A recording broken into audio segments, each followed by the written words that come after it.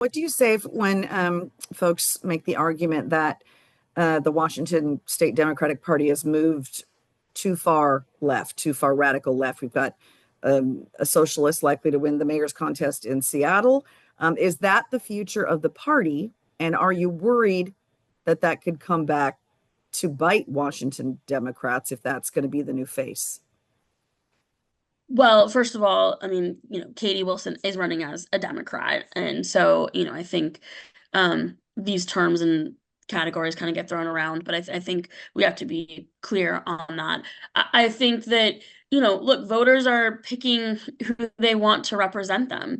And, I always say, I believe that we have to build the biggest tent possible for the Democratic Party. And that's got to be able to encapsulate people that used to consider themselves Republicans and are saying, no to Trump and no to a MAGA style of the Republican Party. And it also has to include, people that are on the, sort of further left that are, their priorities are, that they're really excited by folks that are pushing for much more progressive policy.